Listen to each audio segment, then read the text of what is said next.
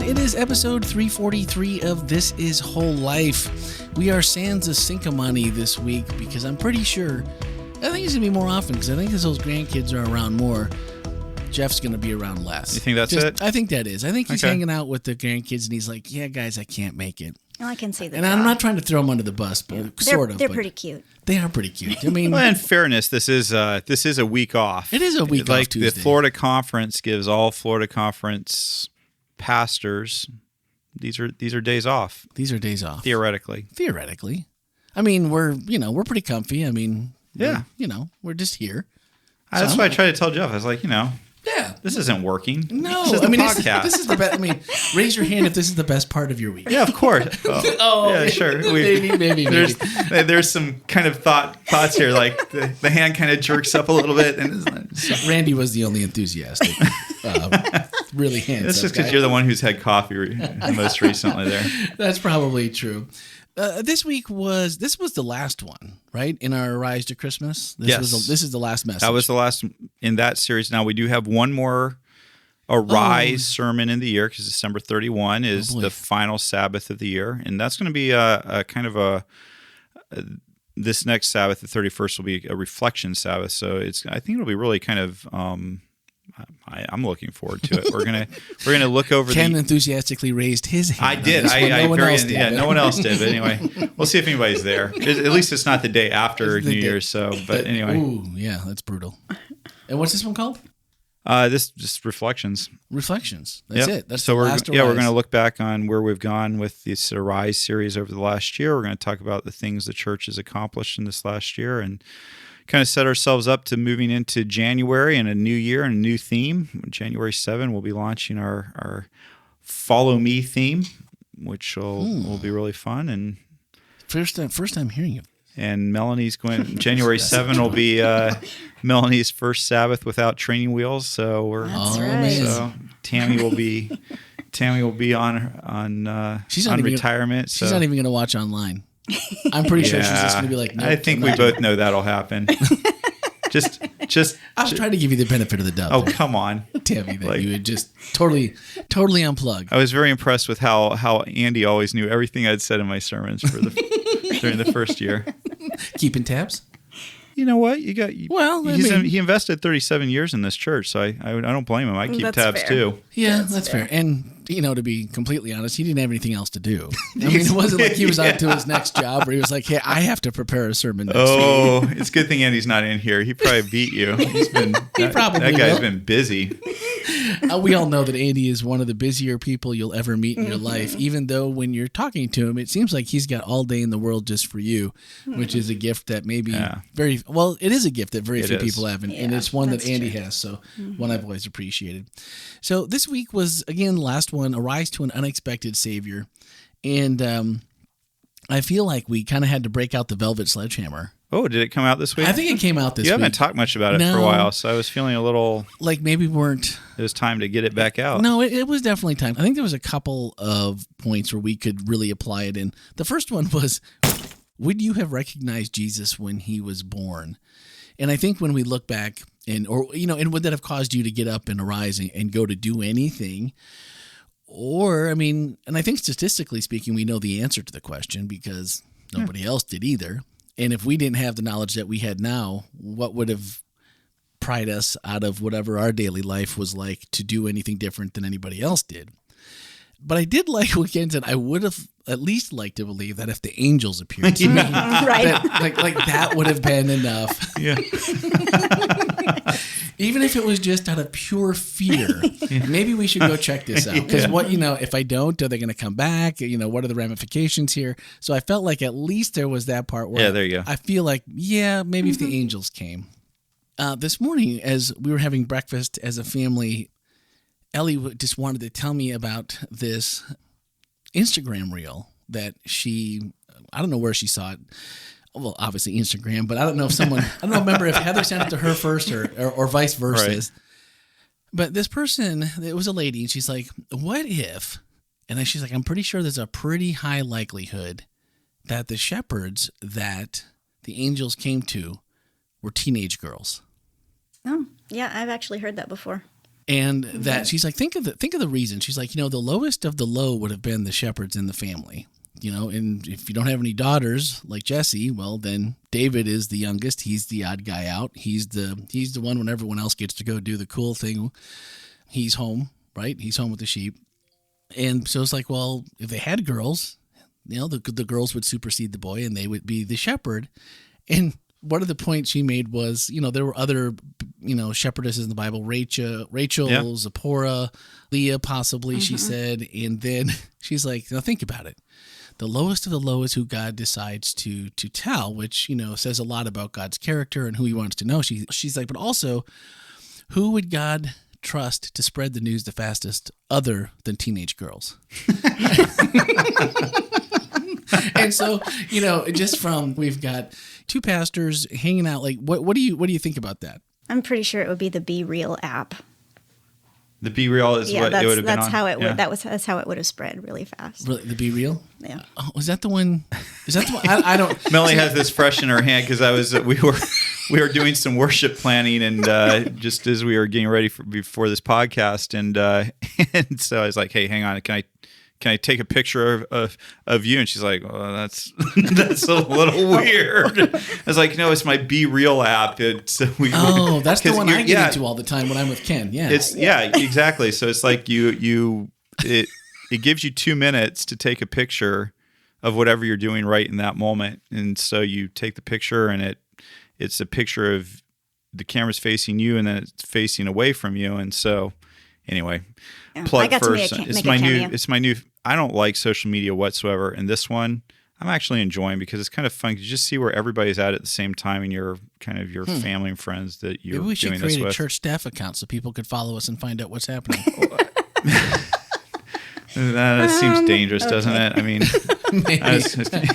we make it sound like really. But can you imagine if Jesus was born in this age with like all the social media and the Be Real account these. And by the way, this is the first time I had not heard that before. I'd not really thought it through that the shepherds could have been shepherdesses. I thought it was really interesting. And yeah, so I just that makes it was worth sense. Talking about. Something that they're definitely female shepherds in the Bible for sure. Yeah. So I think that's a really fascinating thought. And do you ever wonder whether the shepherds followed Jesus' career? Oh, yeah. I mean, yeah, they would have been in some close proximity at times to where he was, and I'm sure the fame, if you will, that had spread about him, I'm sure they must have heard it. Well, I mean, Jesus began his public ministry at age 30, so if the shepherds were between 15 and 20, yeah, they'd still be around. 45, 55, somewhere in that range, which in those times, I think the average lifespan was right around 45, I think. Really? Right about that? Much less than now. Yeah, wow. So but maybe they wouldn't. But there was a lot of infant mortality, which would add to when you say age range. So well, maybe a lot of when I was a kid, I could tell you a story on my. But still, it would have been interesting. I mean, you think about you have to think. I would think that if I were one of the shepherds and I had angels show up to me, I would have kind of tried to keep track of. But on the other hand, Jesus and his family went to Egypt for a couple years, so maybe they would have lost track. Anyway, just interesting things that I think will be fun, when we get to heaven to learn about. And you have eternity to spend. You can just, start doing some investigating. Dig through the archives. What happened here? What happened there? It just made my morning to think of it in a different way than I had thought about it before. And it was, they were excited to tell me, and then they remembered every single point. Like when I watched it, I'm like, okay, they already told me that. I'm like, I was hoping I was going to find like one nugget they hadn't told me. No, they got it all right. That's very cool. Well, good job, Ellie. I think if God can trust the son with a teenage girl, he can probably trust some teenage shepherds. Now that gets interesting too. So like if the shepherds were girls or young ladies, they would have been right around the same age as Mary, probably. Yeah, in that age range, maybe just a little bit younger. That would have been anyway. Interesting stuff. Maybe good job, Randy. Maybe a little help in the early stages there. Mom could use another person, another woman's touch. Well, speaking of conspiracy theories, Ken had talked about conspiracy theories and that there was a lot of them then, and I think couple now, at least a couple now, and I really thought about this when you said it during the message, and it makes me wonder, is it better to go with your gut? You talked about the guy at the hardware store that's like, yeah, you look just like that guy. And you're like, he had a gut. He had to know, right? But he just didn't want to step out in case he was wrong. And he'd be like, no, I'm not looking anything like that guy. We don't want to step foot out and be wrong.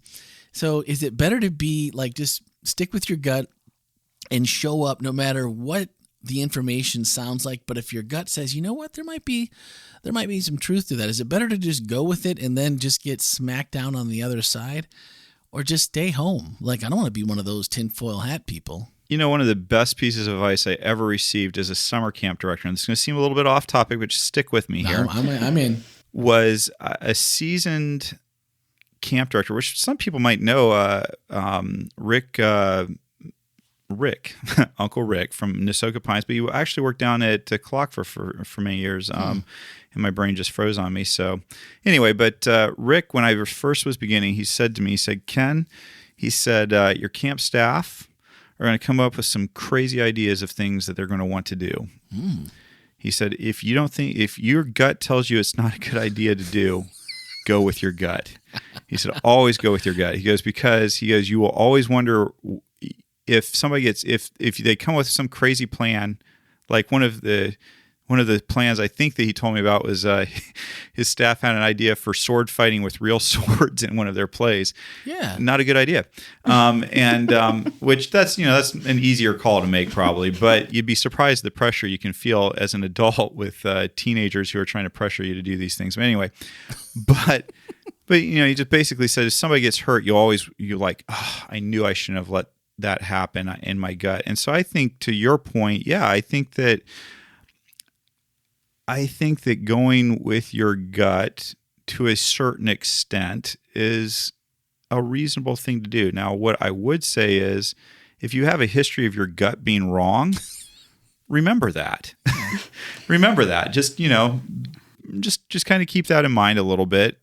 And also use your common sense too, and do some research and some things like that. I'm a gut instinct kind of person. Like if you do personality tests with you, it'll come back that I'm an intuitive, that I'm like, oh, it feels like the right thing to do, and it doesn't. But one of the things I've really had to train myself over the years is to, yes, trust my gut, but also verify. Talk to people that are smart, that have better information, and get that information. And there's a time to trust your gut, and there's also a time to say, everything else is pointing in a different direction. So talk to Rochelle. I'm on the other end of that. I'm not about the gut. I'm about the facts and the accuracy. So I'll just throw that out there. And I think it's really hard, Randy, when we start trying to compare, when we start trying to translate and recontextualize things, because there was no such thing as social media in around circa 2000 or Zero. Yeah, sorry. This was too long. Don't years ago. look at me if you're talking math. Please keep looking at Ken. You're on the right one. Carry the one. No. My gut tells me it was a long time ago. There was no social media. There were no bots. Okay, they were making up information and throwing it into the infosphere. And so, now I think we do have to be careful, though, because if my gut's like, oh, this is really interesting, repost, yeah. And then all of a sudden misinformation is just out of control. And when that happens, we lose credibility. So if we want to be known as truth bearers, people who tell the truth, then we have to be really careful not to just spread every other thing that comes along. So I don't know. That's just I'll balance Ken's gut with my. I just want to affirm you, because my gut tells me you're right on that, and I will go ahead and pass what you said on to others. There you go.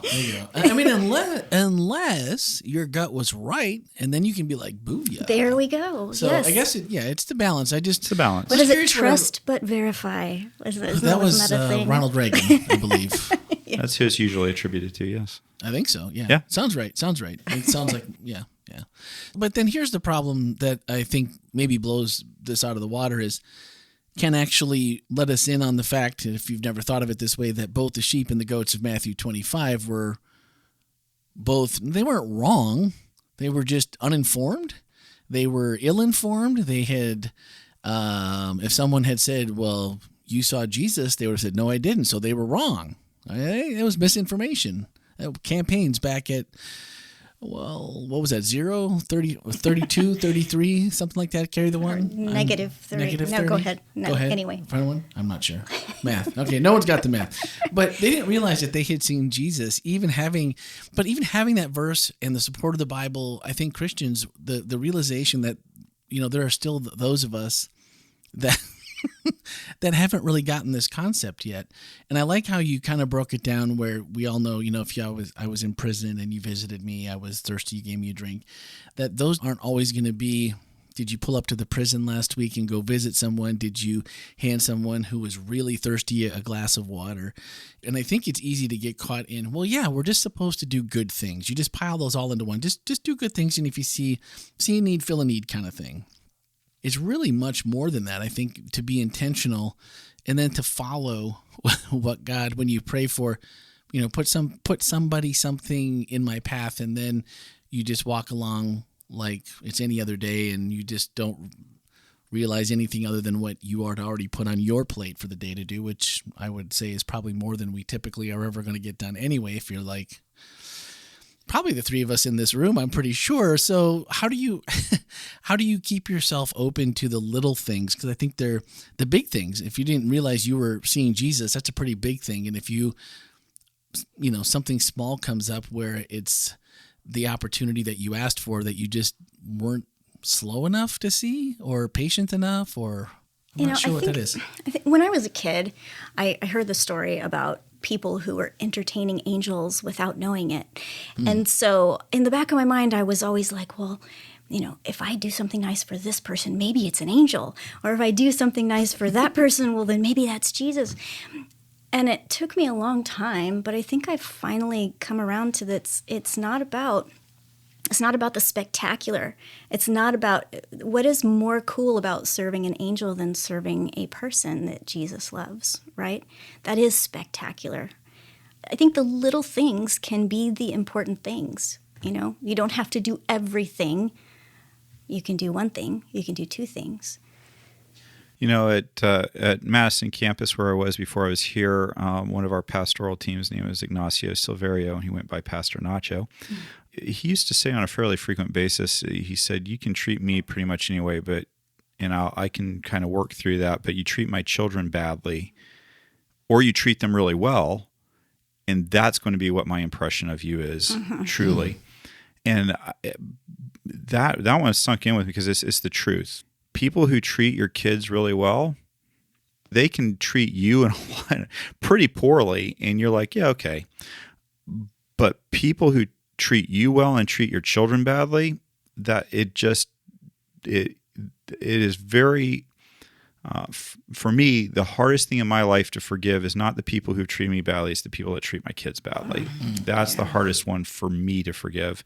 And I feel like Jesus is kind of telling us that too. He's like, you can treat me badly, but my kids, because my brothers, my sisters, treat them right. And it's the little things. It's not the spectacular. It's just the small kindnesses. It's the small, just doing the right thing from day to day and doing what you feel impressed to do in the moment. For me, I read Matthew 25 and the sheep and the goats, and I think that my brain goes to people who are unsheltered or homeless and people in jail. That's kind of where my mind immediately goes to. And so I'm, so whenever I pull up to a stop sign, I see somebody who's unsheltered or with a sign beside the road, I start feeling, oh man, am I driving past Jesus and not helping them if I don't feel in that moment? And I've gotten to the place where I think it's so much bigger than that. I mean, yes, I think it's important to be kind and loving to the unsheltered, to the homeless, to the people in prison. But it's also, like I said in the sermon, it's the clerk at the store. Mm-hmm. It's my children. It's my wife. It's the daily doing for those who have a need.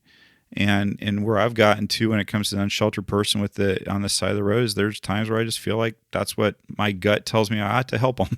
And so sometimes I do it, but what I always try to do is make eye contact with them. One of the things that hit me a while ago, and I can't remember what I was reading, but somebody talked about how when you're poor, you're homeless, people won't make eye contact with you and you feel unseen. Yeah. And so I might not be able to give you money in that moment, or I might not feel like that's the right thing to do. But what I can do is acknowledge you as a human being, that you're there. And, and it does feel awkward, because sometimes you make eye contact and they're like, please give me some money, and you're like, no, I'm not going to. But God bless you and have a good day. Mm-hmm. It sometimes feels really wrong to be like, God bless you and have a good day. I'm not helping you. But you have to do what you feel like God is asking you to do in that moment. But what I know that every person does deserve is eye contact, and that they are a human being and that they are worthy of my respect, and acknowledgement of their humanness. I don't think you can minimize that, though, because if you think about what one person can do versus what your whole family can do, and if you're being kind and you're taking care of those little things with your family, the impact long-term of that spreading, and then them doing it to if that's who they become because of who you are, think of the impact that makes on them, their friends, their circles, and even the person with eye contact still feels, and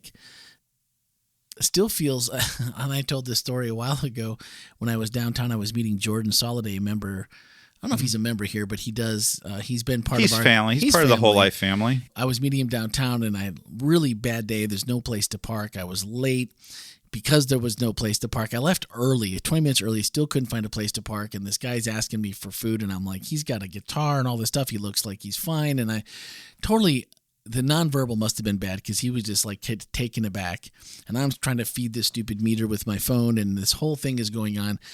And then as I'm walking away, I feel like just a complete jerk. And so I'm just like, all right, I have to go back. I felt it, went back and look, I am so sorry for the way I just acted. I am late for an appointment right around the corner.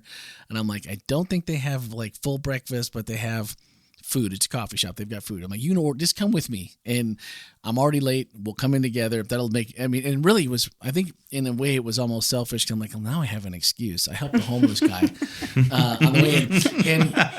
And again, this guy did not, he didn't look like someone who was unsheltered, and he wasn't. He was someone who'd been driving a truck, and the company he was working for was going out of business, or something he couldn't get paid. He's like, I don't have any cash. My bank account's empty. And he's like, I've got everything in the world that was in his truck was on the sidewalk. So, but then as soon as I walked back and I turned around, his face immediately brightened up. And I think even to that point, just the eye contact and the recognition that, yeah, you're a human just like I'm a human. I think that's not just a small thing. That could be a really big thing for somebody that's in that position. Well, and in terms of worship, I think often we think of worship and we think vertical between us and God. But so many times throughout the Bible, God says, listen, do you need to ask someone for forgiveness for something you've done? Go ahead and just leave your gift on the altar. And once you've taken care of that, then come back and worship. If you want to worship me, make sure that there is justice. Make sure that there, all these kinds of different things that God is like, I don't want your useless fire on my altar. I would rather you shut the door and stay out than to come in here and give me a half offering because of the fact that you haven't done the other things that I asked you to do. And it's so relational. So if what we're doing in church, every weekend is not connected with what we're doing outside every other day of the week, then it's not true worship. Ouch. Sorry, that was that. I took the velvet off that hammer. You took it. I was going to say, that's not even a velvet sledgehammer. So Ken has the velvet sledgehammer. Melanie has just this plain old iron. It's just cold steel. Iron. It just comes down hard. Steel. Yeah. There we go. It's just ice cold. Yeah. No, it's true, nice. Though. And it's for a long time. I've never been a person that dresses up. It used to be a thing everyone you got to wear a suit. You got to wear a tie to church when I was a kid. And I just saw so many unhappy people at church dressed up that to me it was just I don't know why you're doing this, because it's clear that you're not really happy doing this, and I'm not happy doing it either. I mean, that was But me. you did look pretty good on. But I looked pretty good. Man. Was it this Pretty last? Yeah, spiffy, you look pretty. I'm telling you. Oh man! Someone actually tweeted a photo of me on the giant screen from church, giving me a shout out about how good I looked up on the big screen. I'm like, saying, Randy. oh, nobody needed this. This was what nobody needed. I'm like, don't. Now you've set the standard. You set the expectation. Yeah, but don't put the not on the big screen. Just no. I was like, I could see the screen because I was reflecting off the glass in the back, and I'm like, they just took me live, full in house. No, no. I'm like, I'm not saying Stanley. Good for you, whoever you are. Yes, Stanley, good you are job. stuck from here on out, moving forward. But for me, it was like I have a hard enough time coming to church, feeling like my insides should be at church. And that's in a time more where it was you feel like you have to bootstrap your way and fix everything and not just give it to God. But it's always been hard for me to feel like the things that the more I try to disguise, the worse I feel about me coming to worship. Because I'm like, am I just putting this on as a disguise so that everyone's like, hey, yeah, like, are you good? Yeah, I'm good. Everything's great. No, it sucks. I'm having a horrible day and I'm having a bad week, a month, whatever. That's a hard thing for me to balance. And I don't know, I might be the only one on that, but that's hard. And you know what? That's one thing that I love about whole life. And I know I'm new around here, but one of the things that I love about whole life is that you can come as Absolutely. you are. Yeah. You can just come. It doesn't matter what's happening in your life. Doesn't matter what's going on. Doesn't matter what you're struggling with. It doesn't matter what you look like or what you have on. You're welcome. This is whole life. And you don't have to smile. You don't have to smile. Yeah. I might try to get you to smile, but you don't have to. You don't have to. As we begin to wrap up here, I know we answered it here on the podcast, but you made a point to go back to it in your sermon, so I'm assuming you've heard more feedback on holding on loosely to hope. Yeah, we talked about it here. We did. I have received several texts about it, emails. So see, you guys, General Conference president. No, I'm not kidding. So you guys on the podcast, you get the best of everything, and now we had to go. Ken had to circle back to tell the other troops that, like, hey guys, this is what I mean when I say this, but it wasn't lost on me that the importance of that, as you asked about, did you meet Jesus this week? Because if you're holding on to what you think he should or will or could do. Isn't it interesting? So as Seventh-day Adventists, we are looking forward to Jesus' second coming, and some of us are so obsessed with the second coming that we miss him standing on the street right next to us. Because our hope in the second coming is a good thing, but it's the old saying, you're so heavenly minded, you're no earthly good. But but it's like you want to see Jesus, and yet there Jesus is all around you every day. Yeah. And by the way, I just have to say, I got the coolest text message from, and I love, by the way, if you're always welcome to send me these kind of text messages, but I got the coolest text message from one of our church members who texted me and said, your sermon really inspired me. I'm going to, for the next year, I'm going to post every day where I saw Jesus, so that to remind myself to look for Jesus every day, because he's there every day. So I'm not going to name names just because I'm not sure if I can, but yeah, the coolest. Thank you. That, like, if you want to know how to make a preacher happy, at least this one, don't tell me you like this sermon. I'm glad if you like it, that makes me happy too. I'm happy for you to like it, but tell me what you're going to do with it. That to me is like the biggest compliment you can ever give somebody who's preaching. Is not to say that the sermon was good or that it was interesting, or even that you learned something, which I'm always happy for all those things. But what really to me is the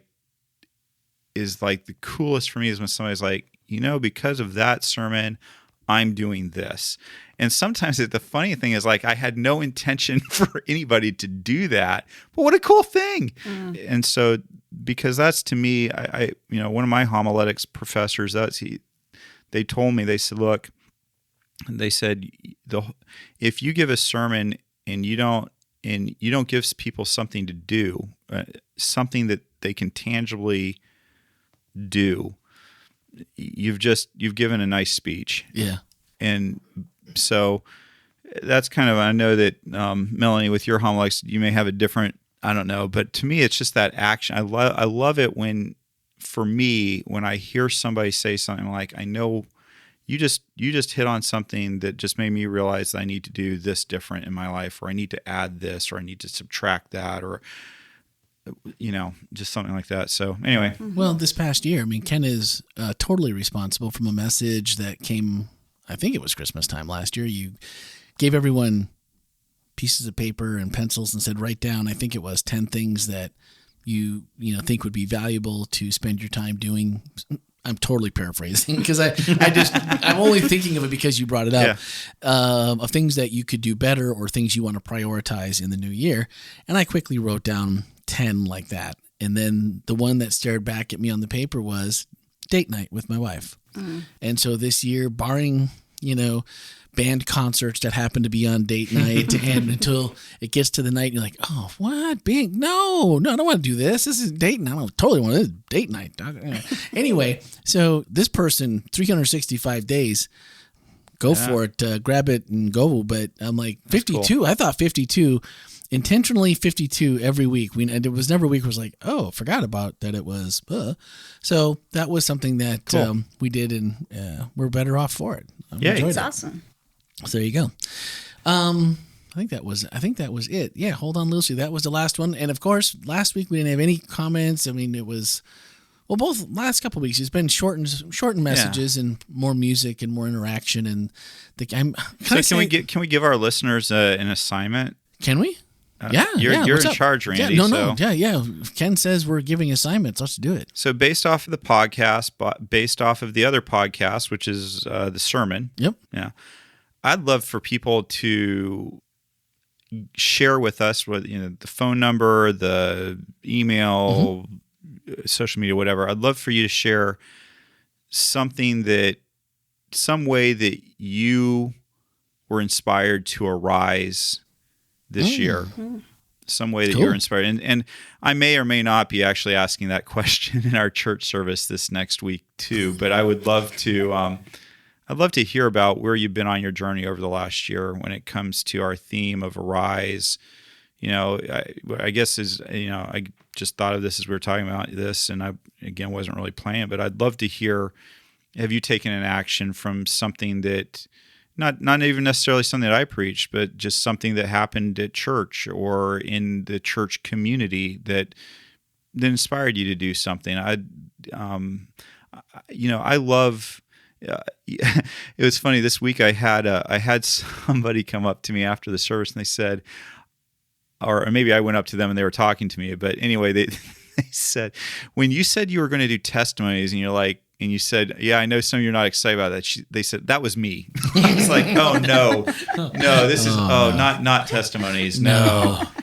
And then what they said was but when they heard the testimonies, it was one of their favorite parts of the service because of some of the things that were shared. And so if you've got something to share, if you would just take the time just to write it into us, or call and leave a voicemail with it for Randy, it'd mean a lot to Randy and I, and to Melanie and Jeff. We get paychecks to be here, but it's still a meaningful thing to feel like, to hear your stories of how God's working in your life. And again, it doesn't have to be something that came out of the podcast, but just hearing how God's working in your life, super meaningful to us. And if that would be like a Christmas present, New Year's present for us, if you'd take the time to share that with us. And if you don't want it shared on air, just absolutely say so. If you're okay with it being shared on air, then we'd love to be able to share those of you that are okay with that. Mm-hmm. But so are you going to ask that question this week? I will be asking a similar question at the end of the sermon. Are you going to read any? I might. Okay, here's what we'll do. 407-965-1607 can do a text message or a voicemail. Do either. podcast@wholelife.church will also work. And if you send one in, and also social media, if you hashtag it, This Is Whole Life, I monitor those every day. And so if it comes in, you can just say this is a response to Ken on the podcast, and boom, here's my answer. The first one that Ken reads, if there's time during the message this week, will be one from the podcast. So you guys, normally what we do is it's everyone that's watching gets to ask their question and then get it answered on the podcast. Here, we're allowing you to be first, and then we're going to give it to them in the church community and online. Cool. So this time, we're going to put you guys first. So if you have one, send it in 407-965-1607 and podcast@wholelife.church. And if you guys send one, Ken will pick one and read it. And we will, of course, put them all together. We'll make sure that they're on the podcast. Or if you want to send one, and let's do this too. If you want to send one and you don't want it to be read, or you just want to send one to us at the podcast or to staff or someone like that, then just tell us who it's for, and it's not for any other eyes or ears, and we'll respect that as well. How about that? Cool. All right. The final thoughts, they were early on in Ken's message. Before halfway through, he said, do the thing that you feel like God wants you to do and trust that if he puts it on your heart, he can provide, he'll take care of it. And I thought the sheep and the goats and the animals on 1,000 hills, I forget the quote, if he can sell, Ken's like, he can sell a couple and make it happen. He can do it. And I'm quoting Linnea Torkelson. So Linnea, if you're out there listening to this, which is seems like a small to no chance at all, but I was quoting Linnea Torkelson on that just to give some credit. No, that was good. That was good. All right. So we've already said next week is going to be one more Arise, and that's it. 12:31. And also, if you have been putting it off to the end, like lots of us do, because we have that procrastination station stop left in us, one more for the year. If you have end of year giving that needs to make it on 2022 books, it needs to be at the church by 12:31. Which happens to be a Sabbath. I know. So drop it in the slot in the wall. Put it in the envelope. See a staff member, whatever you feel comfortable with. We will make sure it gets to Mr. Monday and Mrs. Dunscombe to make sure that you are credited with last year. 12/31 is the last day. It's on the website as well, and there is links on the front page to give, so you can take care of it that way. And the one thing I would like to say about giving is do what your heart impresses you to do on that. I've never been the guy that wants to get up front and beg people to give money. Nobody wants to be that guy ever. Nobody wants, but some people seem to like it more than others. I don't. For me, here's what I always feel like. If you feel like this church is being a blessing in this community and it's being a blessing in your life, then all we ask is that you financially help us do the financial part of it. If you're not getting a blessing, you don't feel like we're blessing the community, then don't even think about giving. I wouldn't want you to, because why would you give to something that's not making a difference in the world? But if we are making a difference in the world, then if you'd help us keep doing that, that would be super helpful to us. We've got some really amazing plans for 2023, but they will take some money. And so we appreciate your giving if you believe in what we're doing here. Excellent. Anything else? No? Why are you both looking at me? Well, we just want to give, you didn't have your stool to lord it over us this week. So we just wanted to make sure that if you're the boss, you tell us whether we're done or not. They put me in this tiny little chair. I'm looking up. Next week, I want my stool It's the same kind of chair back. I'm sitting in. So actually, you want your stool of power back. Yeah, that's right. Actually, there is one thing that I want to say. I just want to shout out, because the last couple of weeks we've had some really special services and really special time, and that requires a lot of volunteers. And I just want to say thank you so much to all the people who have just poured their hearts into this church and help us make it what it is. So shout out to all of you. Thank you. Big shout out to Melanie Fenthala, who helped with putting together the breakfast. Man, that was a lot of work. If you're listening, there was a turkey. It had a little flag in it that said turkey sausage to warn off anyone that might be vegetarian, vegan, or such. But there was like potatoes and cheese and turkey sausage in this whole conglomeration. And if you're that person, recipe could come to 407-965-1607 or podcast at Whole Life Church. I would be forever grateful, and we can get on a gift exchange program. I mean, tell me what you need. I'm happy to swap. And so my wife made the frittata that had turkey bacon in it, so maybe we could swap those out. I don't know, but that was super delicious. Everything was delicious. Melanie did a great job, and it was fun to just kind of walk around and get to see a few people in a comfortable place where they're a little bit off their guard, and you might be able to It was good. do a little meeting that you otherwise wouldn't. So that's going to do it for this week, guys. Make make sure to send in something from this year that's touched you, and we'll get those into the message this week. So thanks for listening, and we'll see you all again next week.